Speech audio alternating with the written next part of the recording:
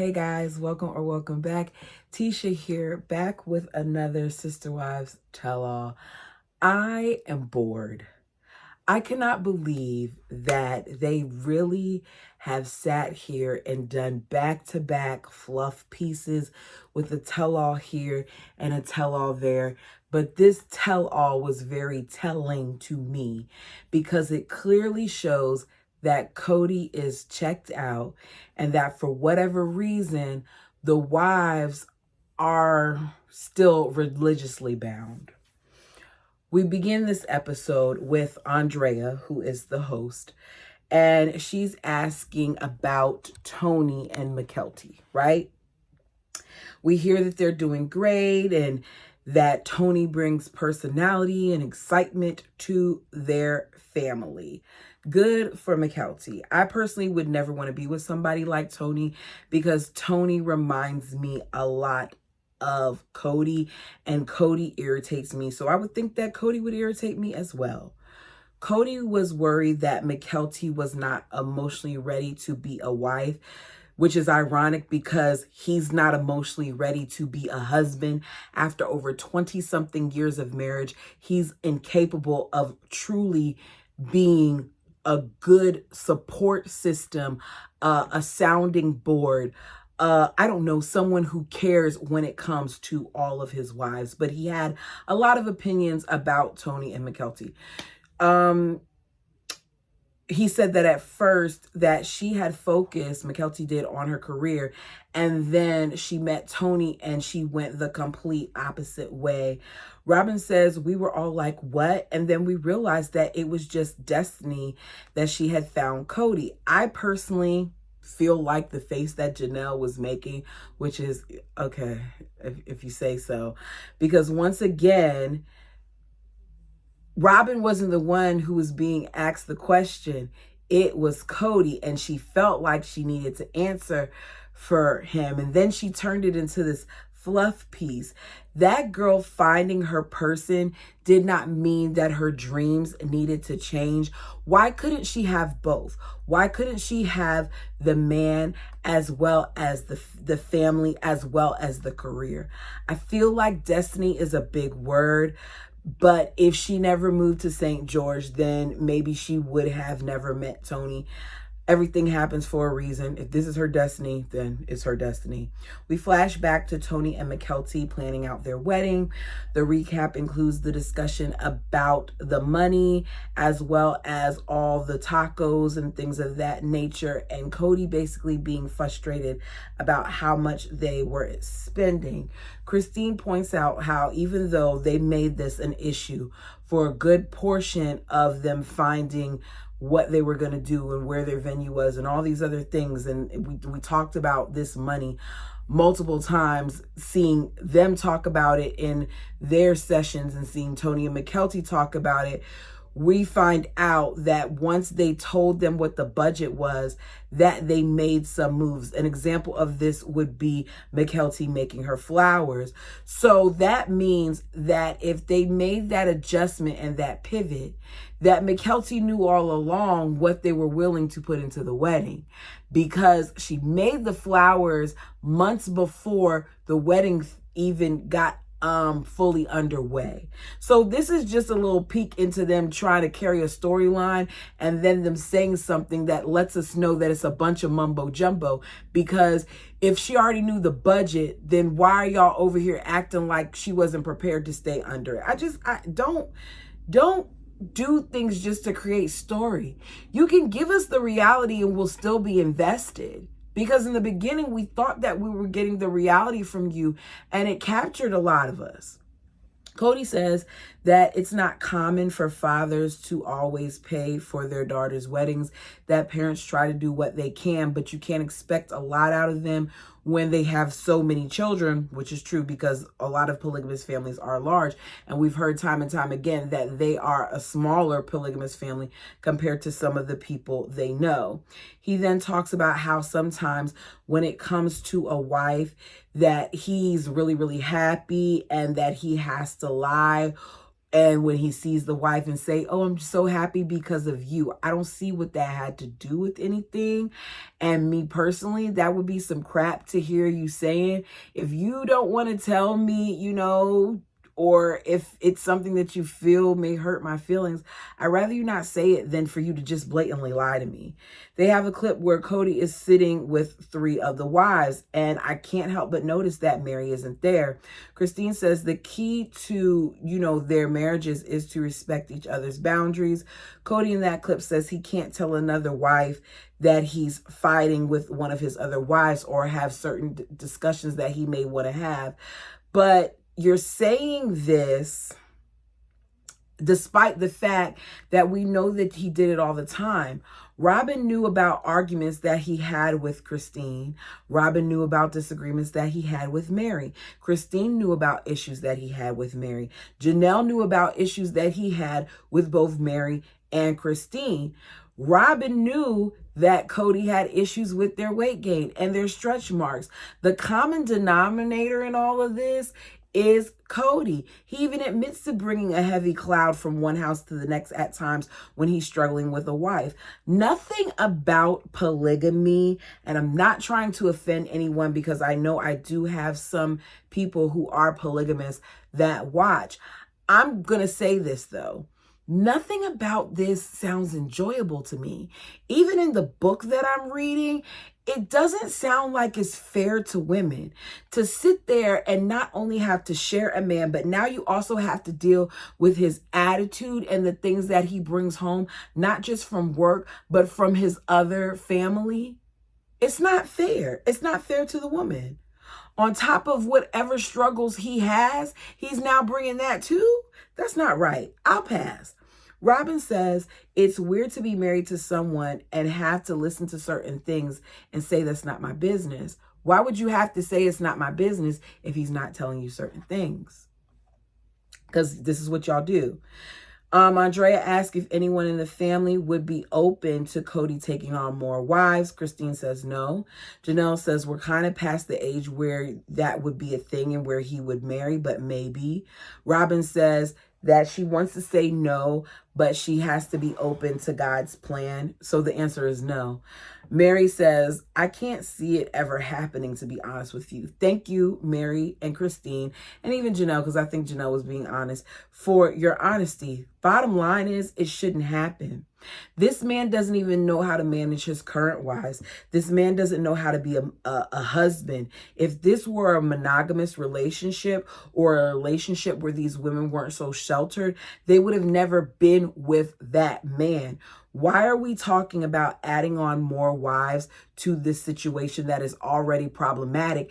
And it seems to be what Cody has done in the past is he has an issue with one wife and adds on another. It doesn't help. It overly complicates things.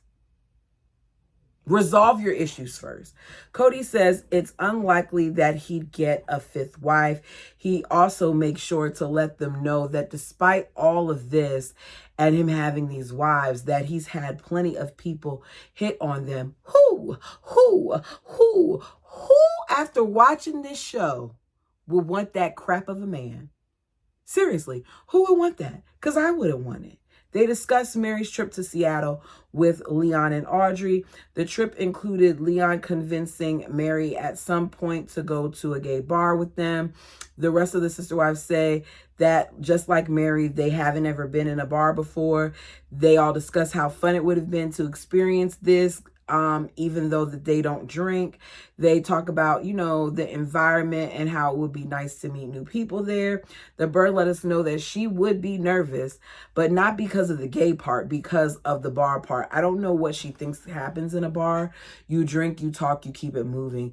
Me personally, I'd rather go to a bar, especially at my age, than a club. I'm past all that. I wore a lot of the club scene out when I was in college. By the time I was 25, I was good. You might catch me in there for somebody's birthday party. And even after a certain point, I was over it. Make sure you have a section where I can sit down and just listen to music because, well, no, I can't say that because my niece wanted to go to a club to celebrate after her graduation. And we were all like, we too old.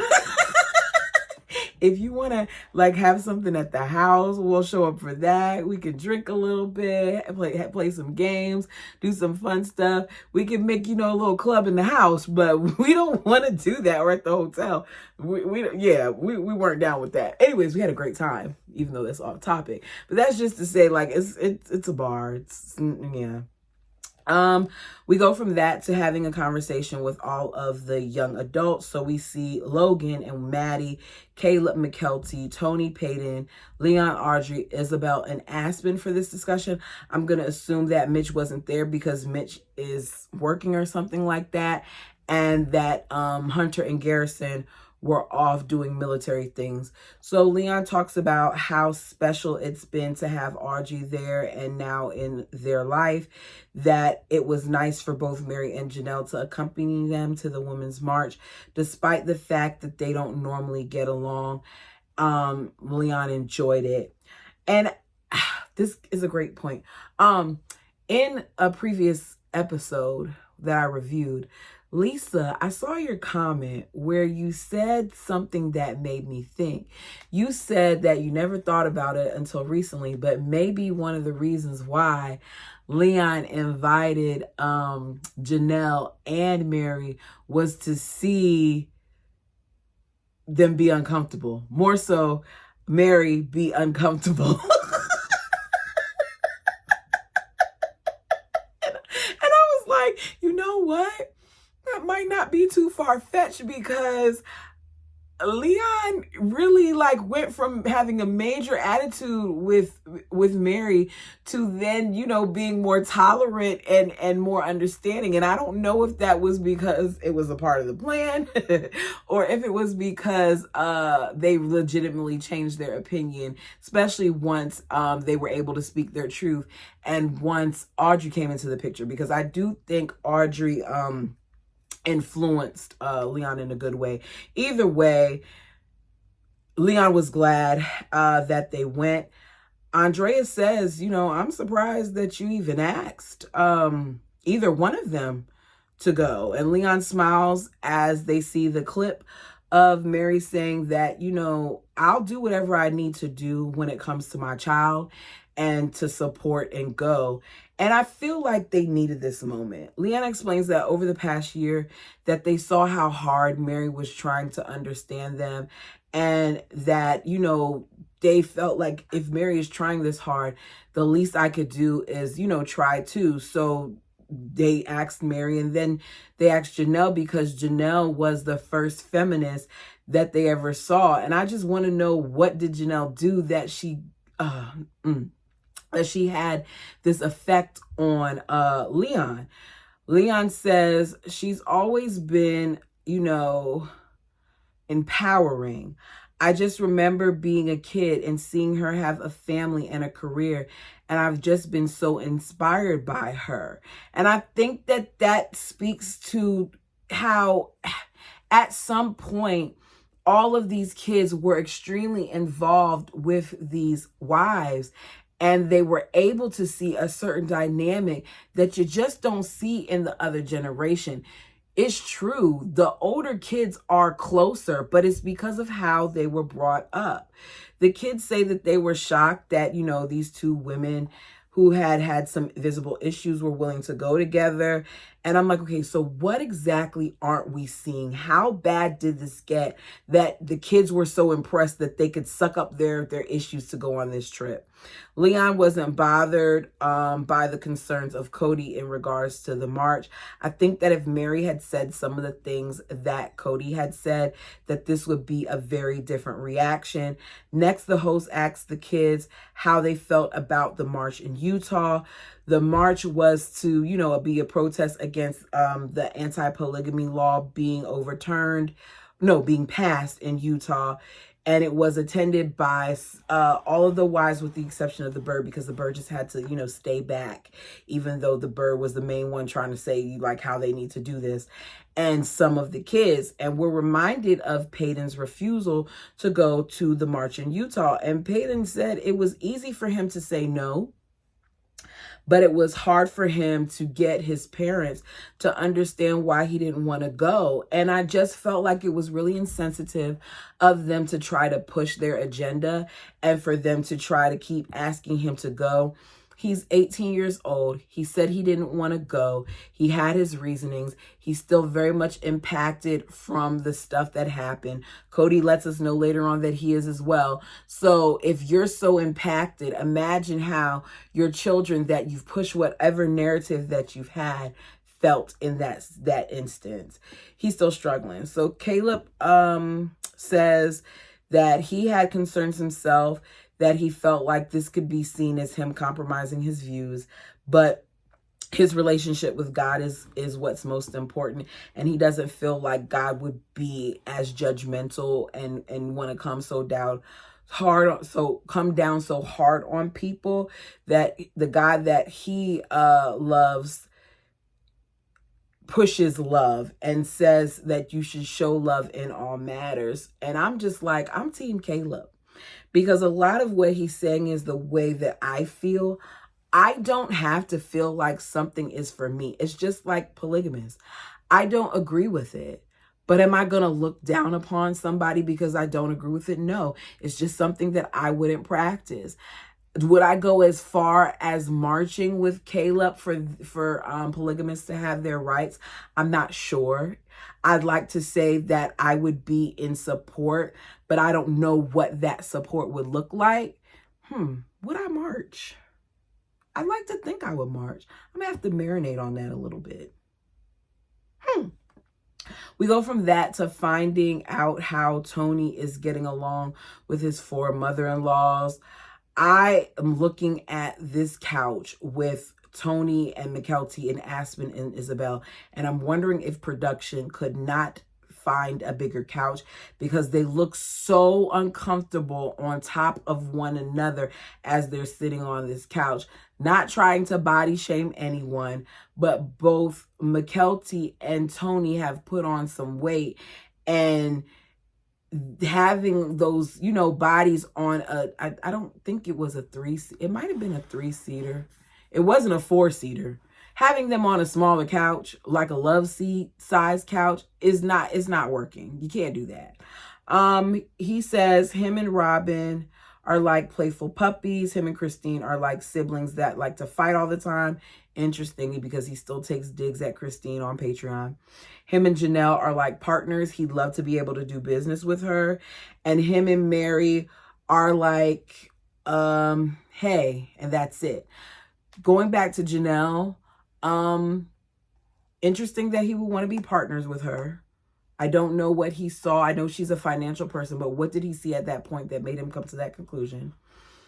Him just saying hi to Mary. He says that he doesn't know her super well, but part of that makes me wonder if that's because of Mary's absence or if it's because of the things that Mykelti has said about Mary. Because why is it that these other 3 moms whose house you don't live in, you have something you can say that seems like you got to know them a little bit, but when it comes to Mary, there's nothing. Tony says that being married can be hard, which is understandable. I feel like relationships are sometimes hard, so I would think that marriage would be harder, especially when you're merging 2 households. He says that there's, a lot of compromise. It just didn't involve them compromising for the wedding, but that things are going well for him and Mykelti. We find out that Logan, after 3 years of dating Michelle, has proposed. And we also find out that Mitch and Aspen are engaged, which the fact that they're revealing this now and not letting us see it in the other seasons, I feel like this was a way to kind of keep us like watching, because why would you want to reveal that now? I wonder. The host brings up the fact that Mitch's grandparents were polygamous, and Aspen says, okay, yeah, they were polygamous and my parents are polygamous, but we're not going to practice polygamy. When they first started dating, she told him in the beginning that if it's right, that it will happen. But then as they were dating and things got further along, she let him know that her thoughts have shifted, that she doesn't want to do it. She says, I do not have a testimony that says that plural marriage is right for me. And I told him, in the beginning of things that I don't want it. And that if he wants to be with me, that this is something that we're not going to have. We're not going to be, in a plural marriage. And as I heard her talking, I'm like, good for you. I love Aspen and Mitch. And one of the things that I love about them is Mitch, to me, even though we do see him on camera at some point, especially when they're preparing for the wedding, Mitch never came across like a Tony. He's not trying to be seen. Even now in later episodes, he'll say things here and there, but he very much so doesn't need to be in the spotlight. And I appreciate that. Caleb too. Caleb doesn't need to be in the spotlight either. You can tell that they're men that are comfortable in their own skin and they're not trying to prove anything. I feel like a lot of what we see with Tony and Cody is some of their insecurities. She says, the host says that they're kind of young to be getting married too, that a lot of them are. And Logan says, it's interesting that you say that because in our faith, we're looked at as being old to get married. And I think that's a problem too. Give these people a time I'm not the same person I was at 20. At 20, I was just beginning to learn who I was. So to think that somebody at 20 is going to be somebody at 30 is ridiculous. And it makes it a little bit harder. I'm not saying that it can't happen because I know people who have made it work over the years. But I also understand that they had a certain foundation, a certain understanding before, they were married, and they put in certain work that it seems to me that in particular, the Brown family just doesn't really do. Aspen says that they've always been taught to date with a purpose and their intentions really are to date to be married. Then the subject comes about Leon and Audrey, and they're like, it's new for us, but we are dating with a purpose. Next, we move on to the topic of the long labor that Maddie went through. Okay, here's the thing. In a previous episode, when I was reviewing the labor, I said that I don't feel like she was in labor that long, and I went on a whole tangent about the labor situation. If I'm wrong, I will say I'm wrong. Maddie says that her labor started on a Tuesday and it didn't end until Saturday. So for the purposes of what Maddie is saying, what her body went through, I am going to say that Maddie's labor lasted for an extremely long period of time. Maddie saying this, I trust Maddie. I do not trust the Browns.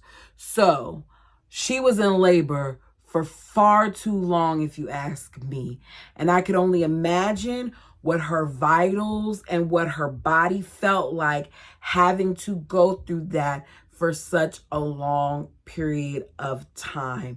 It bothers me that that young lady, because she was young, very young at the time, and well, any woman has to go through labor for that extended period of time, and add on top of it that she has a whole bunch of family in her face as well as cameras. We find out that Maddie was in labor for 5 days. We get to watch clips of Maddie, being in pain and laboring. And Maddie says that, this is the first time that she's watched the footage, that she had all these ideas of what it would be and that she was wrong. Tony's looking at it and he says that it looks rough. Both him and McKelty say that they aren't planning on having kids anytime soon. I feel like that was a smart decision on McKelty's part because Tony is a handful enough on his own. We see it with Cody. They love seeing Maddie as a mom. The sisters talk about how, Maddie wasn't really the motherly type. She didn't really like, to take care of kids and stuff like that. So seeing Maddie take on this role is nice to see. They talk about Caleb's health. He lets us know that his health is under control, that he was told, he was told by the doctors that one more day of him not coming in to be seen for what he thought was pneumonia could have resulted in him passing. That now that issue is fixed, but with him having this situation, that he is now more prone to have blood clots. So they gave him some things to be on the lookout for. I'm sure that they probably have him taking blood thinner and stuff like that, because I know my mom has to, since my mom had her her heart attack. There are certain things that she has to take to ensure that she doesn't have any blockages and stuff like that. So I'm sure that, you know, they gave him something along those lines. They then talk about Isabelle's scoliosis. She gets choked up and teary-eyed as she talks about, you know, the mean things that people said to her. There was a girl in particular in her class that asked her if she wore dresses because she looks fat. Kids are cruel. She points out that the girl said this and that. The girl was even bigger than her. They laugh about it. She says she doesn't understand why the girl thought that they could say that to her. It's because a lot of times these people who are being the bullies had their own insecurities, and it's easier for them to point out yours than for them to point out their own. They're flawed. She says that the brace kept her feeling like it would have helped her and that she could do this, but it was really tough on her. All the siblings tell her how proud they are of her.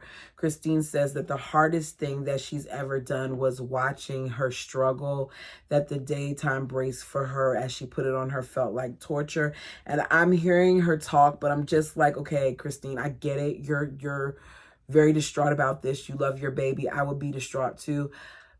But I care more about the fact that this young lady was in pain for so long, and that should have just, I wish that they would have got her help a little bit faster. I wish that she didn't have to endure some of the things that she had to endure. I'm not trying to blame them all. I just let's keep this on Isabelle and not ourselves and how we as the parent feels, even though she was asked the question. We're back to the adults. They talk about how scared and somber their wedding ceremonies were compared to their kids. Robin reminds us that the biggest goal for her was not to connect with Cody during her wedding, but with the families, with the two families being brought together. She's such a saint, isn't she? I mean, she's just willing to just do anything for the family. Let her tell it. They talk about the wedding again and how theirs were. I don't really care about this. Andrea asks if Cody is responsible for the downfall of his marriage with Mary. He says, no, it's the both of us. He claims yet again to want to make it work, but he doesn't know how. The host is like, well, you know, I would think that with you all seeing Nancy, that she would be able to give you some tools as to how. And he says, you know, Nancy does arm them.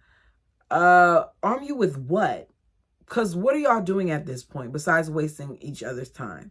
Andrea asks the group if they think that Mary and Cody should just throw in the towel, and everyone states that, you know, the marriage is worth fighting for. And as Mary is hearing this, Mary is crying, and she, you know, she seems upset, but yet hopeful at the same time. And I just feel like these people are full of sugar, honey, iced tea. He does not want to be this with this woman, but y'all are sitting here saying that it's worth fighting for. I'm not fighting for someone who doesn't want me. Not after all these years. Maybe if we were having a little bit of trouble for a couple of months, okay, yeah, maybe I'll fight for it. But he said himself that it's been over 10 years. So why is she still fighting? He says, I want to make it work, but I don't know how. Andrea tries to tell them, you know, maybe they should, you know, go on like a weekend getaway together. And Cody says, it doesn't feel safe. Sweet baby Jesus. What are you afraid of? Is she going to assault you in your sleep? Or maybe he's afraid that she'll try to kiss him or hug him or touch him or embrace him or have a moment where they actually bond. Because it doesn't make sense that she's not safe to go on a trip together. Oh, that's right. She's not even safe for you to stay the night in her house. So why would you go on a trip? Andrea is trying to make sense of everything because there's supposedly two willing parties that want to make it work, yet they're not doing anything to make it work. Mary says at this point, the ball's in Cody's court. He's always had the power because this is what they allowed. Mary says she is tired of trying to force the relationship to happen in her time and in her way, and that her doing that, it's not safe. It's so many like therapy words that they were given that I feel like sometimes they use them out of context, but whatever. So she's going to wait until he's ready.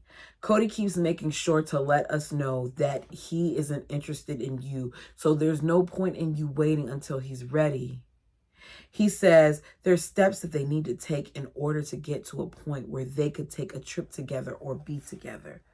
But unlike other relationships, there's still hope because we're still together. There's that thing that Cody does where Cody gives false hope when what he really wants to say is, I want no part of this. If this is what they're still together looks like, I personally wouldn't want it. I'm not a needy person, but when it comes to my man, I'm going to have certain expectations. One of them is that you actually like me.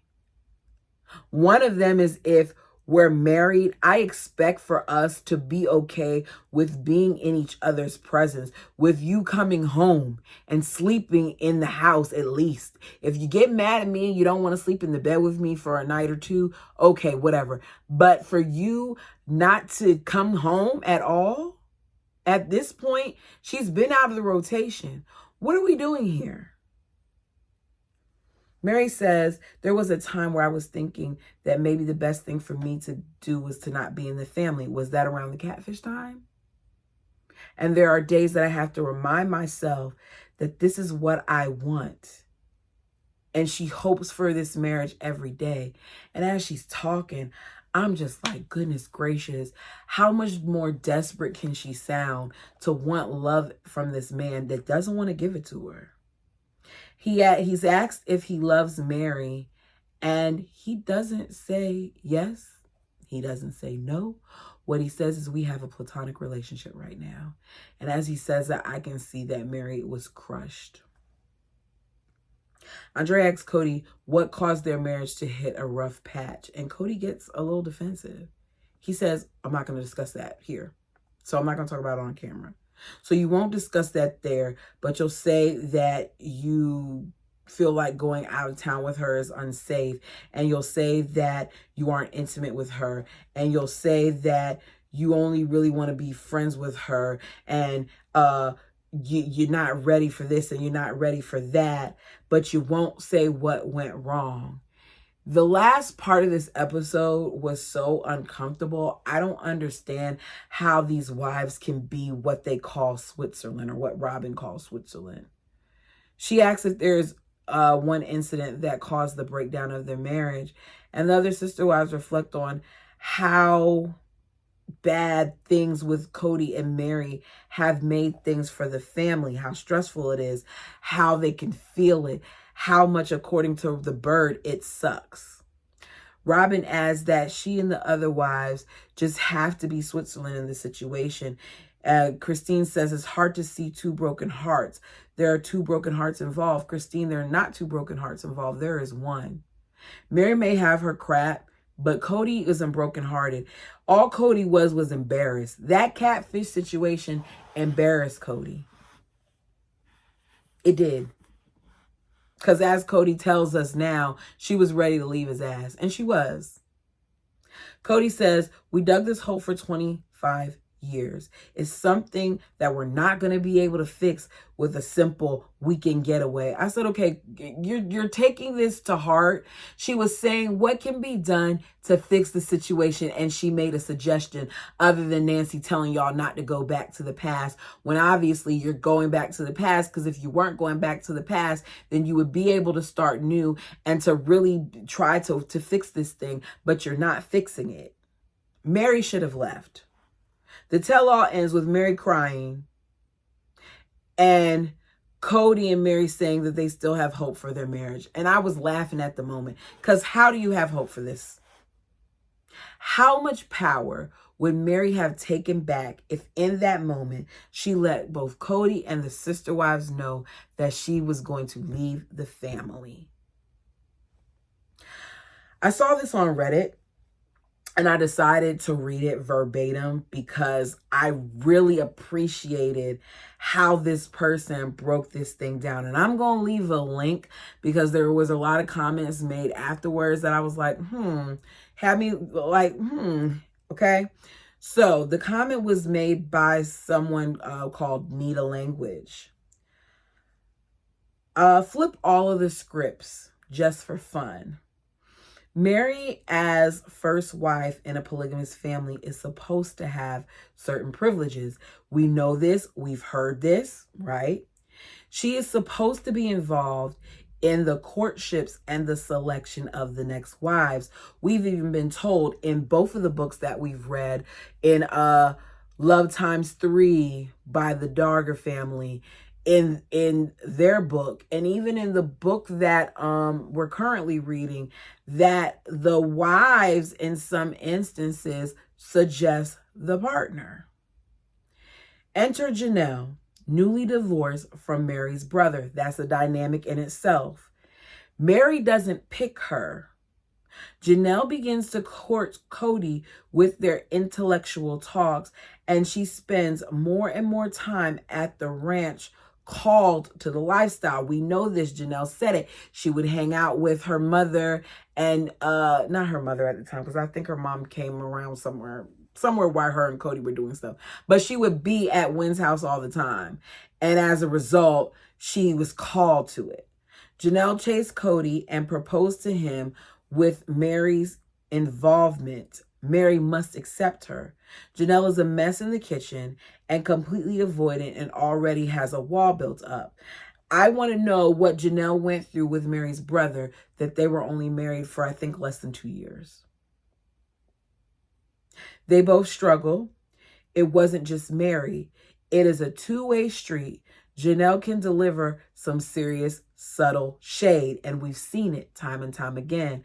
Janelle is at times, I like her, but she's passive-aggressive. She is. And snarky. Christine and Mary got along and had fun in the beginning. And then the baby factory starts, one right after the other, after the other, after the other. This leaves Mary completely out of the family.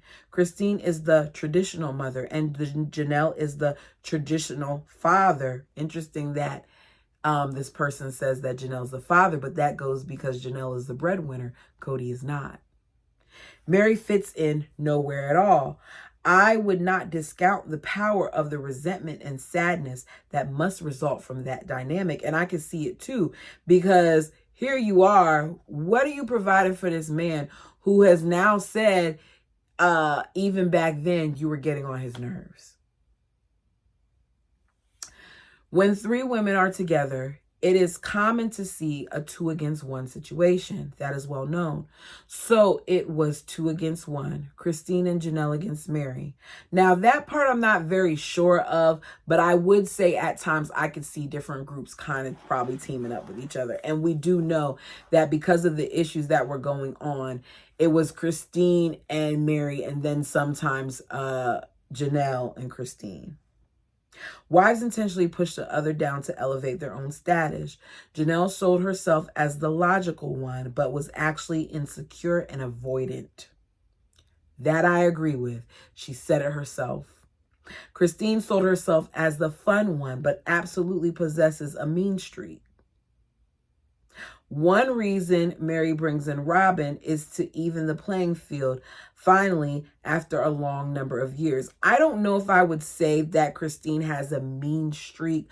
I would say that Christine is demanding at times, and I will say that Christine, admittedly so, was not built for plural marriage.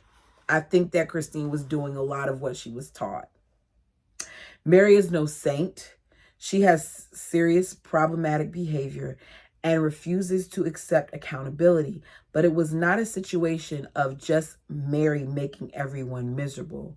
It was a result of the constant power shifting that results from polygamy. And if Sam were real, go for it. Cheat away. Her husband had 4 wives. As I said, I'm going to leave the link to that below, but I'm leaving that there because it brings up a lot of thoughts in me about just how dysfunctional this whole situation was. We're sitting here on a tell-all and we're listening as Mary is pouring out her heart. And because the wives are taught to not get involved, even though this affects their family and their dynamic and the way their husband interacts with them and the way their husband treats them and all these other things, they're supposed to be Switzerland, even though he is bringing his stuff elsewhere. You're not Switzerland. I'm sorry, but I don't feel like it's healthy to be Switzerland in this situation. Who calls Cody out? At what point is Cody checked for the crap that he's doing? Was Mary wrong with the catfish? Yeah. But the catfish didn't just happen out of thin air. You stopped loving a woman a long time ago, and she was so desperate that she thinks that she brought you and Robin together when Robin found out you were doing the show, and Robin was plotting with her cousin, and Robin found you, and y'all probably had a little exchange and made Mary feel like she was a part of it. That's my opinion. Could be wrong, but it's what I think. It's not right.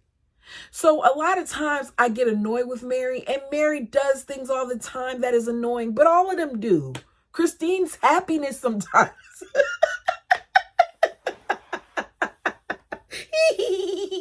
Her happiness sometimes could be seen as annoying.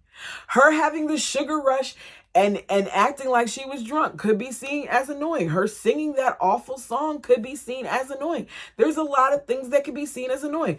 Janelle and her stoic nature could be seen as annoying. Janelle and her inability to previously attack things head on and want to avoid and just let it fester below the surface could be seen as annoying.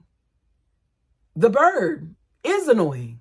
Like, they all have things with them, but for whatever reason, we're just putting all of this on Mary. And I think it's because Cody never liked her. I think that Cody saw an opportunity. The way that the book presents it, Mary wasn't even decided on whether or not she would be a polygamist. She kind of went down that path because of Cody. Cody likes to say Mary converted him, but he was already going to the church and being involved with those people before he even knew who Mary was. So no, Mary didn't convert you. You did this of your own free will, but you made her think she had something to do with it. It's just the little things that I see here and there. But you all tell me down below what you think. Please like the video. It helps the channel.